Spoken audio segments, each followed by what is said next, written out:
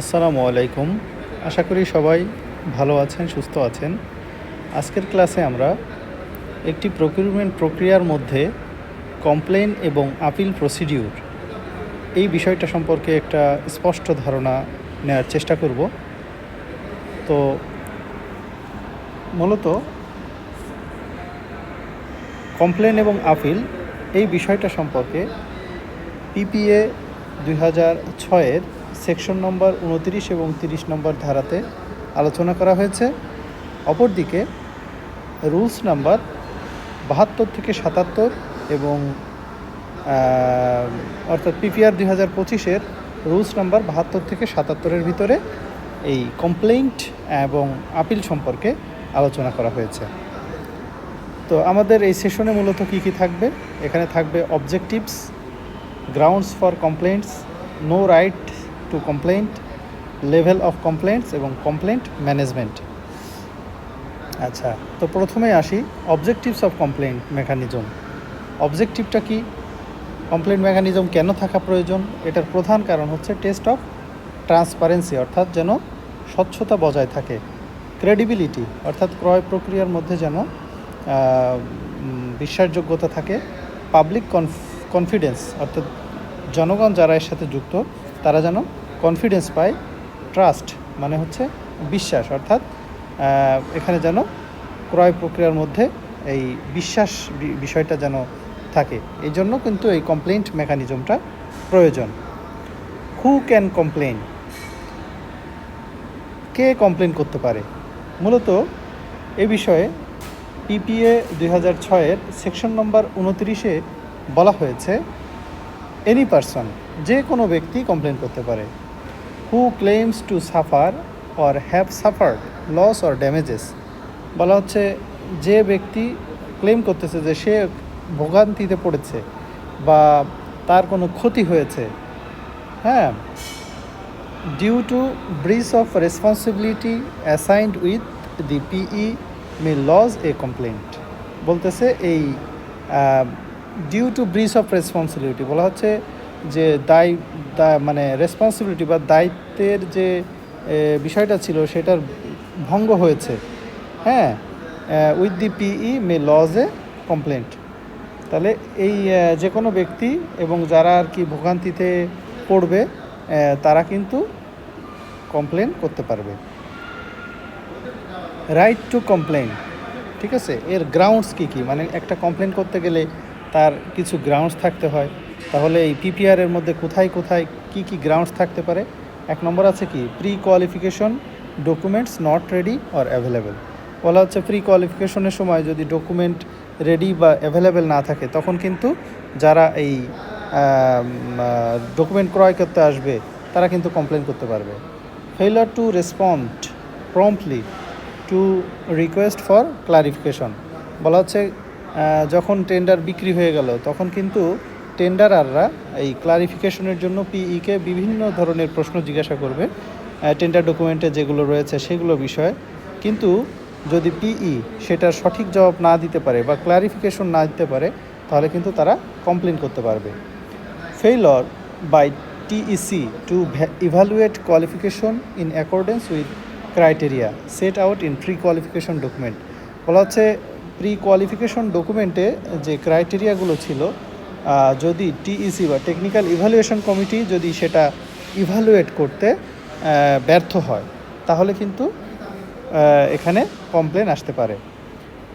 Perceived unfair denial of pre qualification, বলা হচ্ছে যদি প্রি কোয়ালিফিকেশনটা যদি ডিনায়াল করা হয়, আনফেয়ার হয়, তাহলে কিন্তু কমপ্লেন আসতে পারে। তারপর বলা হচ্ছে পসিবল করাপ্ট অর কলিউসিভ প্র্যাকটিস, বলা হচ্ছে যদি কোনো ধরনের দুর্নীতি বা কোনো ধরনের ষড়যন্ত্র প্র্যাকটিস থাকে এর ভিতরে তাহলে কিন্তু অবশ্যই এখানে কমপ্লেন আসতে পারে। আচ্ছা, আর এই বিষয়গুলো কোথায় পাবেন? এই বিষয়গুলো পাবেন এই পিপিআর 2025-এর রুল নাম্বার 72-এর কতে। এরপর রয়েছে গ্রাউন্ডস ফর কমপ্লেন্টের আরও কিছু পয়েন্ট রয়েছে। তো এখানে কিন্তু এই যে মেথডসের কথা উল্লেখ করা হয়েছে, এখানে ওটিএম, এলটিএম, ডিপিএম, টিএসটিএম, ওএসটি, টিইটিএম মানে on stage, two involve tendering method, আরএফকিউ method এবং রিভার্স অপশন মেথড। এই মেথডগুলোতে কিন্তু এক এক জায়গায় কমপ্লেন আসতে পারে। আচ্ছা, তাহলে এখন আরও কী গ্রাউন্ড থাকতে পারে? Advertisement procedure not adhere to, বলা হচ্ছে অ্যাডভার্টাইজমেন্ট যেভাবে দেওয়ার কথা ছিল সেভাবে যদি না দেওয়া হয় তাহলে কিন্তু কমপ্লেন আসতে পারে। Tender documents not ready, tender document ready না থাকলে কমপ্লেন আসতে পারে। Failure two respond promptly to request for clarification, এই কথাগুলো আগেই বলেছি। Framing technical specification for single or small numbers of suppliers, manufacturers or particular products. আচ্ছা, বলা হচ্ছে ফ্রেমিং টেকনিক্যাল স্পেসিফিকেশন, বলা হচ্ছে টেকনিক্যাল স্পেসিফিকেশন যদি এমনভাবে করা হয় যেটাতে শুধু অল্প কিছু সাপ্লায়ার সুযোগ সুবিধা পাবে তাহলে কিন্তু কমপ্লেন চলে আসবে। অর্থাৎ যেখানে আপনার প্রতিযোগিতার মানে সম্ভাবনাটা কমে যাবে, একটা নির্দিষ্ট কোম্পানি যেন কাজ পায় এরকম একটা স্পেসিফিকেশন যখন করা হবে তখন কিন্তু কমপ্লেন চলে আসবে। Failure to hold pre tender meeting in accordance with advertisement, বলা হচ্ছে যে প্রি টেন্ডার মিটিং করার কথা ছিল, অ্যাডভার্টাইজমেন্টে কিন্তু প্রি টেন্ডার মিটিংয়ের কথা উল্লেখ করতে হয়। যদি সেই প্রি টেন্ডার মিটিং হোল্ড করা বা অ্যারেঞ্জ করা যদি ফেইল হয় বা ব্যর্থ হয় তাহলে কিন্তু কমপ্লেন চলে আসবে। এই বিষয়গুলো সম্পর্কে আলোচনা করা হয়েছে পিপিআর 2025-72 বিতে।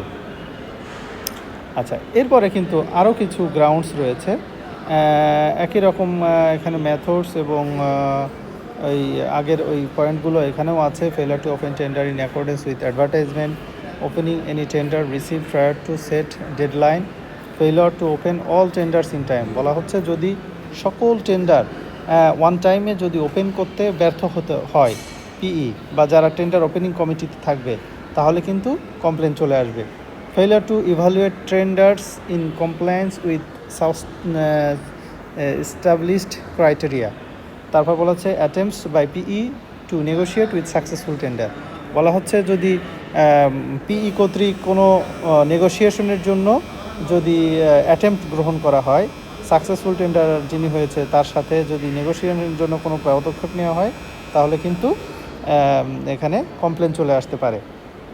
তারপর বলা হচ্ছে করাপ্ট অর কলুসিভ প্র্যাকটিস, এটা আগেও ছিল সো আর না বলি। Breaking confidentiality at the time of clarification, বলা হচ্ছে কি যে ইন দ্য কেস অফ টিএসটিএম, এখানে মূলত এই টু স্টেট টেন্ডারিং মেথডের ক্ষেত্রে এটা একটা সমস্যা। এইটার ক্ষেত্রে কিন্তু যখন আর কি আপনার অ্যাট দি টাইম অফ ক্লারিফিকেশনের সময় কিন্তু অনেক সময় কনফিডেন্সিয়ালিটিটা বা গোপনীয়তা শর্ত ভঙ্গ হয়ে যায়, ঠিক আছে।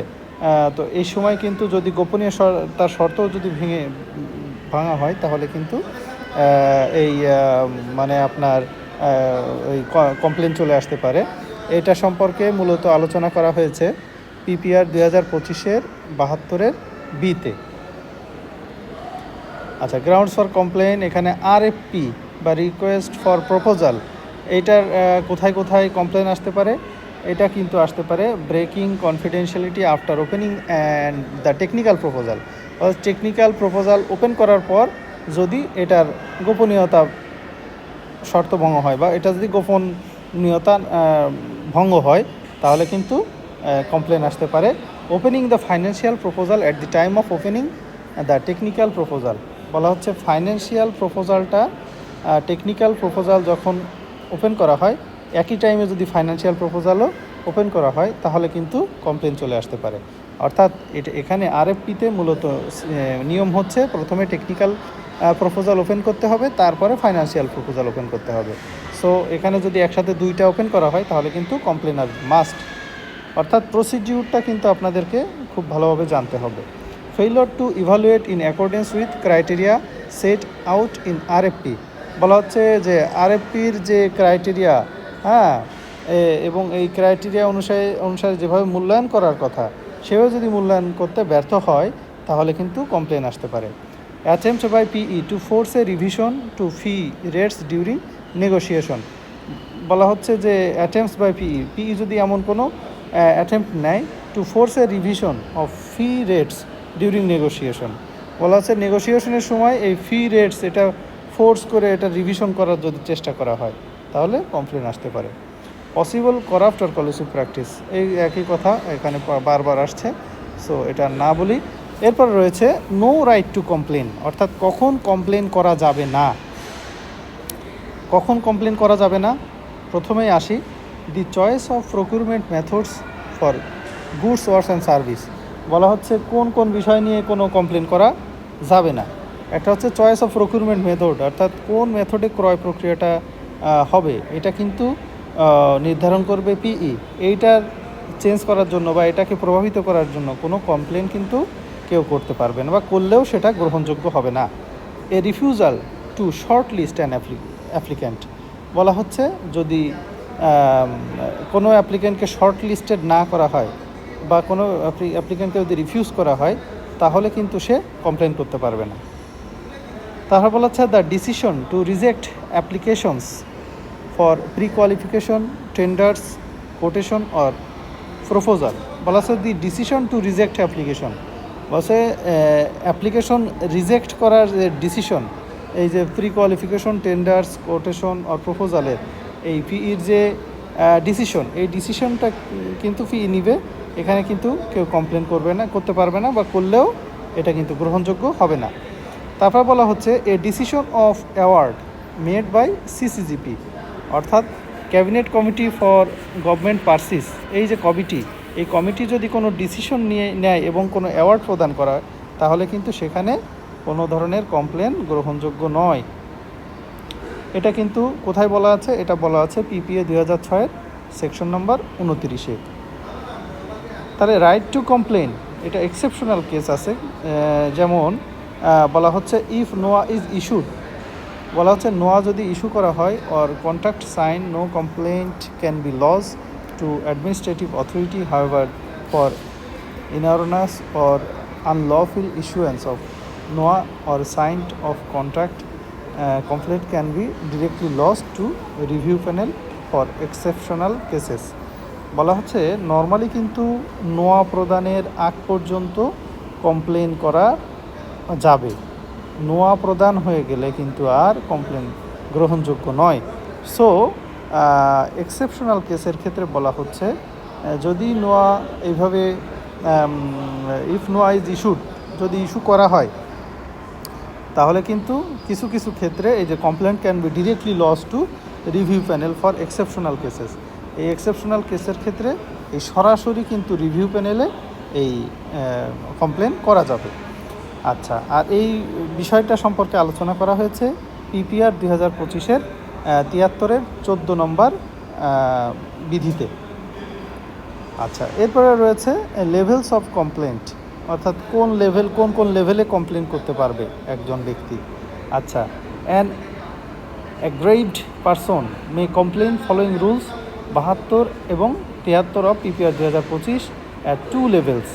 বলা হচ্ছে এই কোনো ক্ষুব্ধ ব্যক্তি সে পিপিআর 2025-এর 72 এবং 73 নম্বর বিধি অনুযায়ী 2টা লেভেলে সে কমপ্লেন করতে পারবে। 1 নম্বর হচ্ছে অ্যাডমিনিস্ট্রেটিভ লেভেল, আর 2 নম্বর হচ্ছে রিভিউ প্যানেল লেভেল। তাহলে অ্যাডমিনিস্ট্রেটিভ লেভেলে কার কাছে করতে পারবে, একটা হচ্ছে পিই মানে প্রকিউরিং এন্টিটি, মূলত এখানে থাকে পিডি, পিএম, পিও, এও, এলডি এবং ইস্যুইং টেন্ডার ডকুমেন্ট বা আরএফপি, মানে যিনি আর কি মূলত টেন্ডার ডকুমেন্ট বা রিকোয়েস্ট ফর প্রপোজাল এটা হচ্ছে ইস্যু করে, তার কাছে কিন্তু কমপ্লেন করা যাবে। আর একটা আছে হেড অফ প্রকিউরিং এন্টিটি বা হোপের কাছেও কিন্তু কমপ্লেন করা যাবে। আর একটা হচ্ছে secretary of the ministry or division or department, বলা আছে এই মিনিস্ট্রি, ডিভিশন আর ডিপার্টমেন্টের যিনি সচিব, তার কাছেও কিন্তু কমপ্লেন করা যাবে। আর 2 নম্বর যেটা, সেটা হচ্ছে রিভিউ প্যানেলের কাছে কমপ্লেন করা যাবে।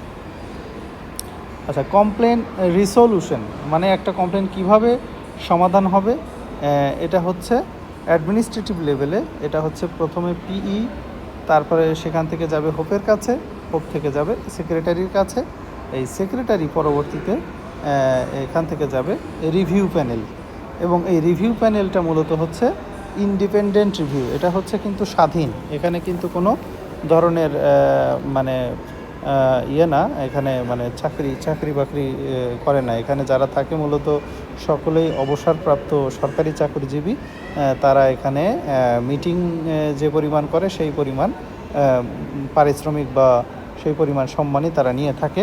এটার গঠন সম্পর্কে আমরা পরে দেখব। তো রিভিউ প্যানেলে যে এখানে একটা গঠন রয়েছে যে কমপ্লেন্টস টু রিভিউ প্যানেল, হ্যাঁ, only when a person has exhausted all his or her options of complaints at the administrative level. বলা হচ্ছে যে only when a person has exhausted, মানে সব ধরনের, মানে আপনার অ্যাডমিনিস্ট্রেটিভ লেভেলের সকল পর্যায়ের সে মানে কমপ্লেনে করে সে যখন ব্যর্থ হবে তখন কিন্তু আপনার এই রিভিউ প্যানেলে সে আসতে পারবে। Mode of complaint for review. আচ্ছা, মোডটা কেমন হবে? এটা হচ্ছে after receiving decision from the secretary of ministry or division, or if the decision is not made within the stipulated time prescribed in the Schedule 2 of PPR 2025, an aggrieved person may file complaint to review panel within 5 working days. বলা হচ্ছে যে after receiving decision from the secretary of the ministry or division, হ্যাঁ, if decision is not made within the stipulated time prescribed in the schedule 2 অনুযায়ী তিনি যদি মানে যে কোনো ব্যক্তি যখন একটা কমপ্লেন করবে, সেই কমপ্লেনটা যদি মানে শিডিউল 2-এ উল্লেখিত সময়ের মধ্যে যদি কোনো ব্যবস্থা নেওয়া না হয়, তাহলে কিন্তু এই রিভিউ প্যানেল বরাবর এই 5 ওয়ার্কিং ডেজ, হ্যাঁ, এরপরে সে ব্যক্তি কমপ্লেন করতে পারবে। আচ্ছা, ফর্ম অফ কমপ্লেন্ট, ফর্ম কেমন হবে? Addressed to chairperson of RP duly sealed through CEO BPPA IMED Ministry of Planning Dhaka. বলা হচ্ছে অ্যাড্রেস করবে হচ্ছে চেয়ারপারসন অফ রিভিউ প্যানেল, ঠিক আছে, এই বরাবর অ্যাড্রেস করবে। Covering letter to the address of CEO BPA, একটা কাভারিং লেটার থাকবে, মানে উপরে একটা বর্ণনা থাকবে যে এটা আসলে কিসের কমপ্লেন, এরকম থাকবে। Appeal shall include registration fee, security deposit of specified amount in favor of CEO BPA। বলা হচ্ছে যে আপিল শ্যাল ইনক্লুড, আপিল করতে গেলে কিন্তু অবশ্যই এই রেজিস্ট্রেশন ফি দিতে হবে, এবং এই রেজিস্ট্রেশন ফি কিন্তু এখন মানে কত মনে হয় আনুমানিক 10,000 টাকা মতো। তো এটা দেওয়ার মানে টাকাটা নেওয়ার একটাই কারণ, সেটা হচ্ছে কমপ্লেন যেন কম হয়।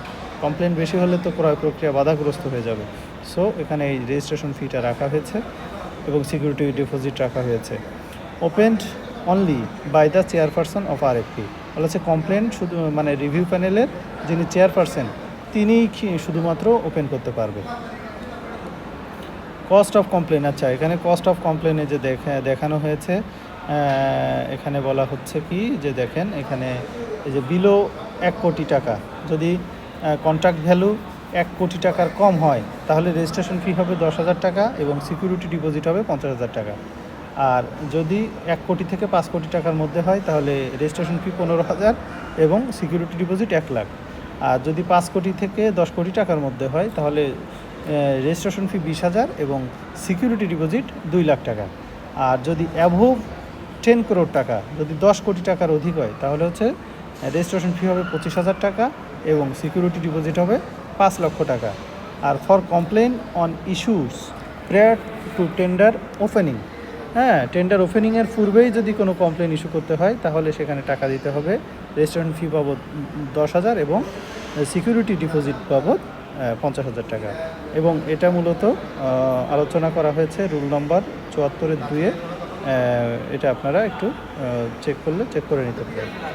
আচ্ছা, অ্যাডমিনিস্ট্রেটিভ অথরিটি, এখানে মূলত কিন্তু আমি এর আগেই বলেছি যে অ্যাডমিনিস্ট্রেটিভ অথরিটি সেখানে যদি কোনো কমপ্লেন আসে সেখানে কী করবে, যে সেখানে যে প্রথমে রয়েছে পিই, বলা হচ্ছে person submit a complain in writing within 7 calendar days of awareness of the circumstances to PE issuing TD RFP document rule 73-1। বলা 73-1 নম্বর রুলে বলা আছে যে এই মানে একজন ব্যক্তি সে হচ্ছে 7 ক্যালেন্ডার ডে, হ্যাঁ, এই সময়ের মধ্যে কিন্তু পিই বরাবর আবেদন করতে পারবে।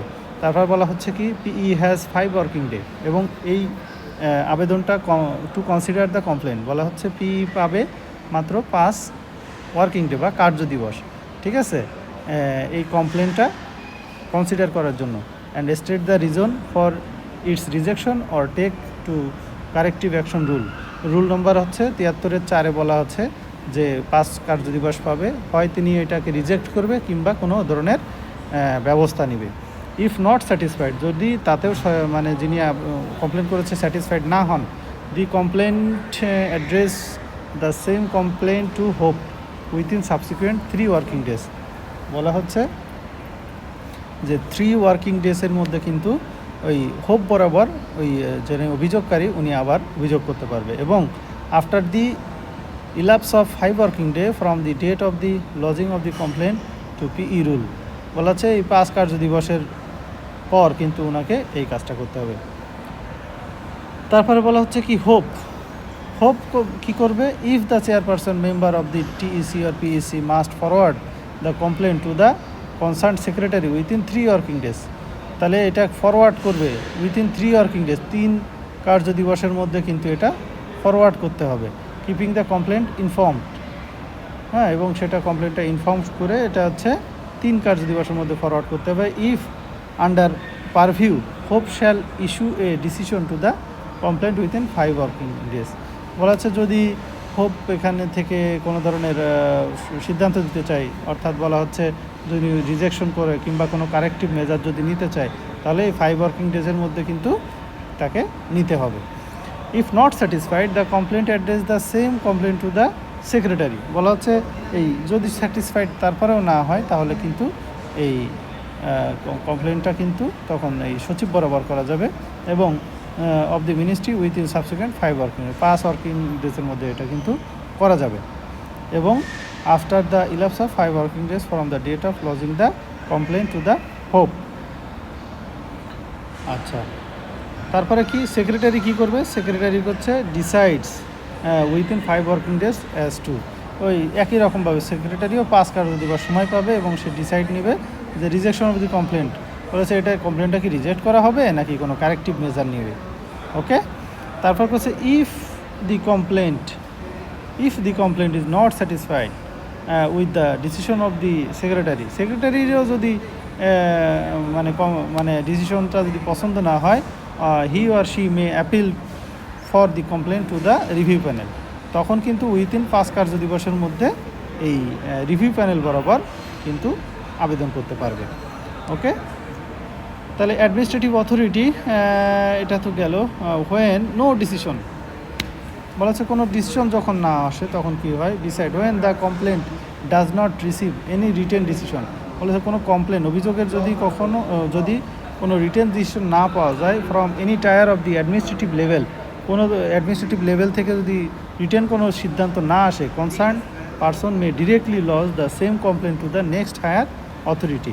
মানে ডিসিশন না পাইলে কিন্তু সরাসরি পরবর্তী যে অথরিটি রয়েছে তার বরাবরে কিন্তু কমপ্লেন করতে পারবে উইথিন সাবসিকুয়েন্ট 3 ওয়ার্কিং ডেজ, হ্যাঁ, 3 কার্যদিবসের মধ্যে, after the elapse of 5 working days, মানে 5 কার্যদিবস যাওয়ার পরে 3 কার্যদিবসের মধ্যে কিন্তু এটা করা যাবে।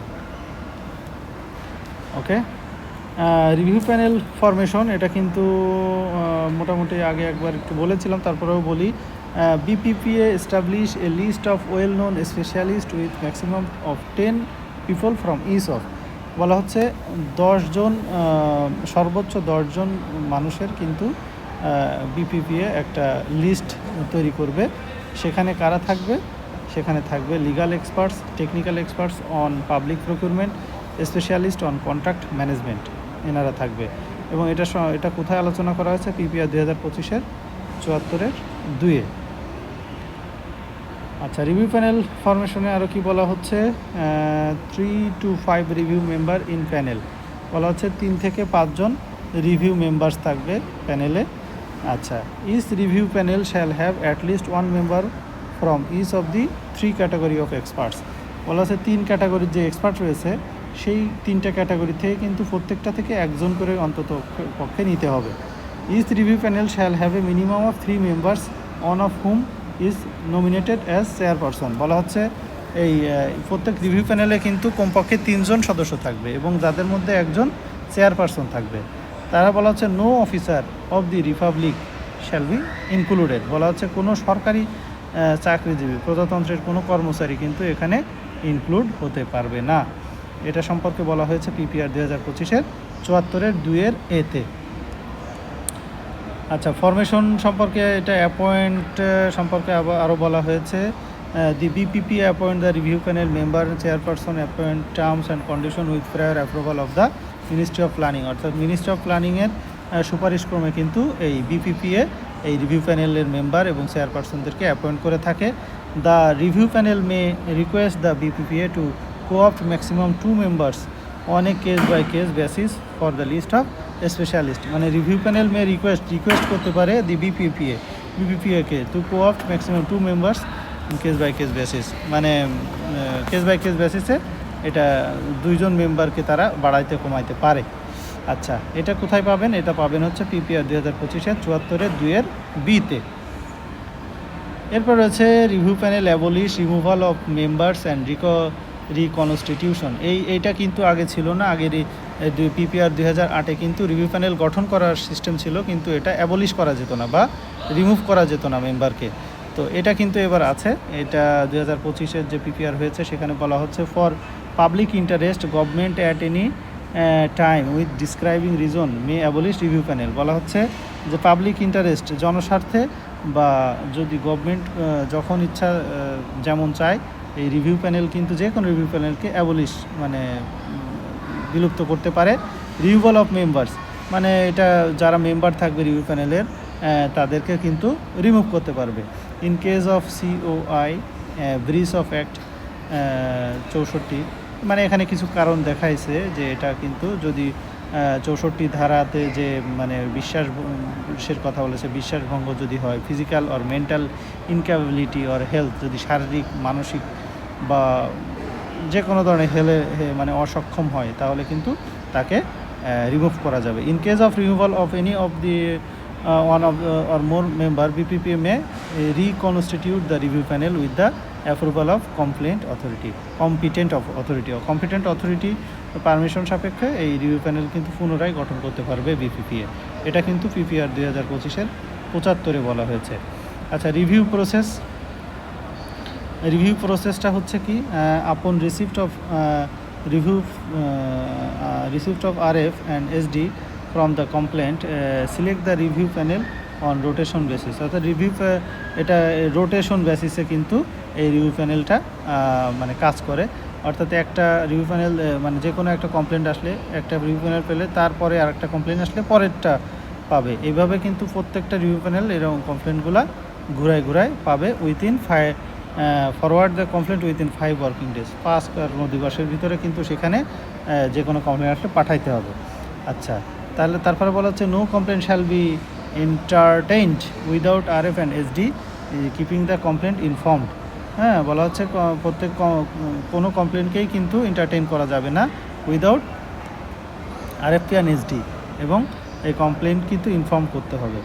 আচ্ছা, তারপর বলছে upon receipt of a complaint or appeal in due manner RFP shall issue written notice to PE to continue suspension of issuance of NOA. বলা হচ্ছে আপন রিসিপ্টে কমপ্লেন পাওয়ার পর, হ্যাঁ, বা আপিল করার পর ইন এ ডিউ ম্যানার, মানে যথাযথ সাপেক্ষে RP shall issue written notice. হ্যাঁ, এই রিভিউ প্যানেল এই আপনার এটা রিটেন একটা নোটিশ PE বরাবর দিবে যে সাসপেনশন অফ ইস্যুয়েন্স অফ নোয়া। এই নোয়া কিন্তু দেওয়া যাবে না। যখনই কমপ্লেন চলে আসবে তখন কিন্তু ওই কমপ্লেন না সমাধান হওয়া পর্যন্ত কিন্তু এই নোয়া দেওয়া যাবে না। এই নোয়া যেন না দিতে পারে এই PE বরাবর, এই জন্য এই রিভিউ প্যানেল একটা রিটেন একটা নোটিশ দিয়ে দিবে। RP বা review panel decision within 12 working days informing the complaint secretary of the ministry of division BPA। অর্থাৎ 12 কার্য দিবসের মধ্যে কিন্তু এইটার একটা ডিসিশন এই সংশ্লিষ্ট কর্তৃপক্ষকে জানাইতে হবে। এরপরে আছে suspension of NOA while complaint under review. BPPA instruct PE to suspend the issuance of NOA under intimation to the secretary of the concerned ministry or division and complaint. NOA shall not be issued by PE until disposal of the complaint or appeal is pursue. বলা হচ্ছে এই যে কমপ্লেনের disposal হওয়া পর্যন্ত কিন্তু no issue করা যাবে না। একই কথা বলা হচ্ছে tender evaluation and approval process shall however continue. কিন্তু টেন্ডার ইভ্যালুয়েশন অ্যাপ্রুভাল প্রসেস কিন্তু যতই কমপ্লেন আসুক এটা কিন্তু কন্টিনিউ রাখতে হবে। এটা হচ্ছে রুল নম্বর ৭৬ বলা আছে। আচ্ছা, এক্সেপশন টু সাসপেনশন অফ নোয়া, এটা একটা এক্সেপশন কেস, এটা আপনারা একটু দেখে নিয়েন, এটা আমি আর পড়ে সময় নষ্ট করছি না। এরপরে আছে ডিসিশন মেকিং। তারপর ডিসিশন মেকিং কি বলছে, except dismissal of the complaint or appeal and forfeiture of SD for the reason the complaint is frivolous, RP may take decision separately or in combination as follows.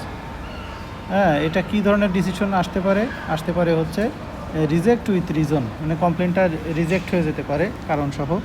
Refer to provision in act and rules advertising parties to act. বলা হচ্ছে refer করতে পারে provision in act and রুলসে advertise করা যেতে পারে যে হ্যাঁ এই ধরনের সমস্যা এখানে হয়েছে, এগুলো করা, এই ধরনের পরিবর্তন করা যায়। অ্যাডভার্টাইজ পিইকে অ্যাডভার্টাইজ বা উপদেশ দিতে পারে টু টেক রিমিডিয়াল মেজার, একটা রিমিডিয়াল মেজার নেওয়ার জন্য। তারপর কি suggest announcement of piece action, মানে আপনার পিস যে অ্যানালমেন্ট, এটার পির যে অ্যাকশন এটাকে সাজেস্ট করতে পারে। তারপরে বলা হচ্ছে suggest payment of compensation to complaint, তাহলে সাজেস্ট করতে পারে পেমেন্ট অফ কম্পেনসেশন বা যেটা হচ্ছে মানে ক্ষতিপূরণ, এটা কিন্তু সাজেস্ট করতে পারে। তারপরে হচ্ছে recommend that the procurement proceeding be completed, এটা রিকমেন্ড করতে পারে যে প্রকিউরমেন্টটা কমপ্লিট করা হোক। তাহলে ডিসিশনস এটা আপনার টেকেন টু মেজরিটি বেসিস, এটা আরও কিছু ডিসিশন এখানে রয়েছে, এগুলো আপনারা একটু দেখে নিন, নট সো ইম্পর্ট্যান্ট। তারপরে আছে অ্যাসিস্ট্যান্স বাই বিপিপিএ কী করতে পারে, কী ধরনের অ্যাসিস্ট্যান্স দিতে পারে কমপ্লেন্টের ক্ষেত্রে। এখানে বলছে যে issues A detailed work procedure of the review panel. এটা মানে আপনার রিভিউ প্যানেল যারা আর কি কাজ করবে তাদেরকে একটা ডিটেইলড ওয়ার্ক প্রসিডিউর দিবে। Maintains the list of review panel and specialist, এবং এই রিভিউ প্যানেল এবং স্পেশালিস্টদের এই যে আপনার লিস্ট এটাকে কি মেনটেন করবে কিন্তু বিপিপিএ।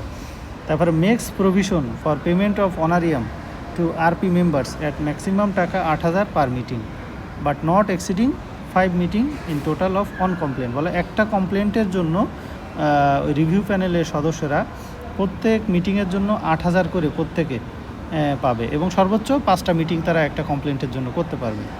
এটা প্রভিশন রাখা এবং অনারিয়াম প্রদান করার ব্যবস্থা করবে কে, বিপিপিএ।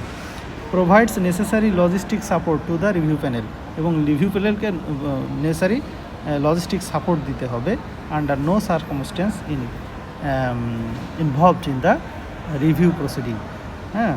এইটা সম্পর্কে কিন্তু আপনারা পাবেন এই পিপিআর 2025-এর শিডিউল নম্বর 2-এর রুল নম্বর 74-4-এ। তো এই ছিল মোটামুটি কমপ্লেইন এবং আপিল প্রসিডিউর সম্পর্কে আমাদের আলোচনা। আশা করি আপনারা ক্লাসটি খুব সুন্দরভাবে বুঝতে পেরেছেন। যদি না বুঝে থাকেন তাহলে পুনরায় ক্লাসটি দেখুন, আর তারপরেও যদি কোনো সমস্যা থাকে আপনারা কমেন্টে জানাতে পারেন। তো সবাই ভালো থাকুন, সুস্থ থাকুন, আর অবশ্যই চ্যানেলটিকে সাবস্ক্রাইব করতে ভুলবেন না।